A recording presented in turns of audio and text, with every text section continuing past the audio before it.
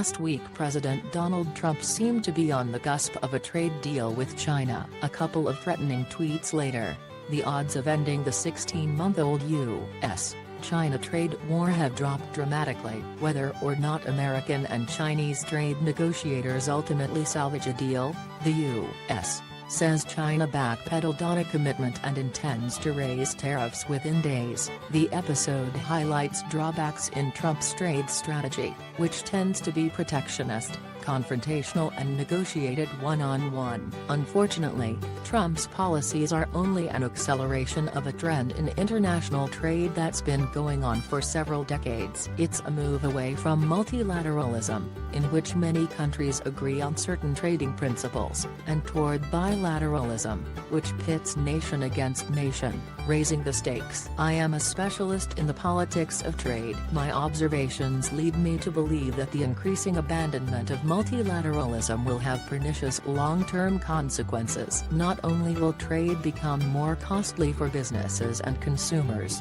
it may even make the planet a more dangerous place. Before we can understand what has changed, we need to revisit how trade deals have historically been done. In the decades following World War II, the General Agreement on Tariffs and Trade was the center of gravity for trade negotiations. While that system wasn't perfect, most of the world's countries could at least participate, to one degree or another, in hammering out the rules of trade. This multilateral trading order reached its heyday in 1995. With the creation of the World Trade Organization. But more recently, the system has weakened. Today, most of the world's new agreements are struck between only two countries or within a single region. Trump has shown little appetite for continuing the multilateral negotiations his predecessors were working on. He has also hammered on regional accords, famously renegotiating the North American Free Trade Agreement and withdrawing from the Trans-Pacific Partnership. Trump's clear preference is for bilateral deals where the U.S.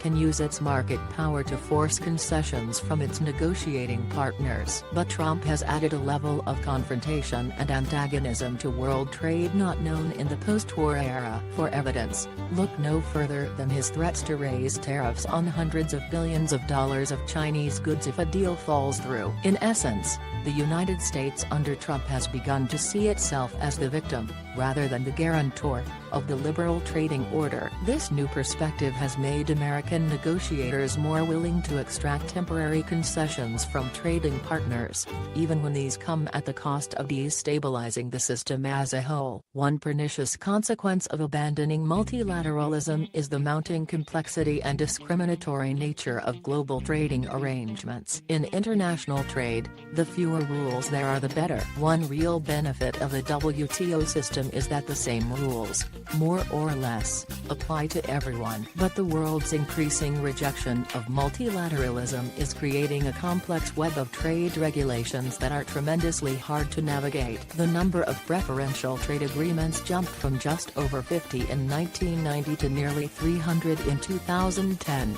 More deals like these mean that one set of rules is overlaid by more rules that only apply when trading with specific countries in certain goods and services. For this reason, the economist Jagdish Bhagwati has called bilateral deals termites in the trading system. These termites and the informational burdens they create have real costs for companies and consumers, whether in Europe, Asia or the United States. And this growing complexity weakens competition by giving certain companies an edge over others based on their national origin, distorting the efficiency of global markets. In the end, these burdens can discourage smaller companies from engaging in global commerce, make it more expensive for even the largest businesses and drive up the cost of products for consumers. Trade conflicts. A second drawback to Trump's approach is that it increases the risk of war, at least over the long term. As the political economist David Lake has pointed out, one purpose of the trading system that the U.S.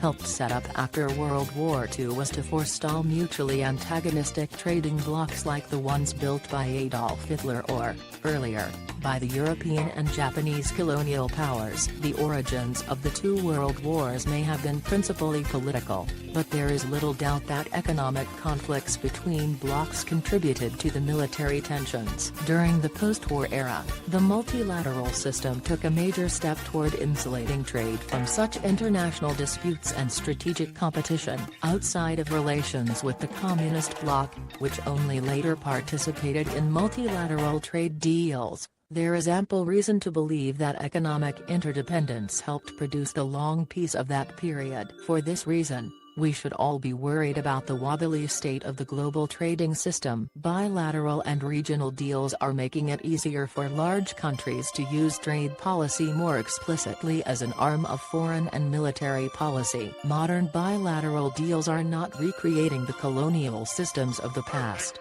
but they do tend to center on major powers in what some scholars have called a hub-and-spoke pattern. The hub often enjoys significant influence over the spoke, and not just in commercial affairs. China's overtures to African countries over a free trade deal, for example, are likely linked to its strategic interest in securing access to national resources. While I'm not suggesting that these deals are likely to trigger a shooting war anytime soon, an increasingly fractured world will gradually reduce interdependence among countries, which can act as a strong incentive to avoid a fight. If the rising number of bilateral deals become an instrument of security policy, and trade increasingly flows only to strategically friendly countries, we should all prepare for more violent conflict in the future.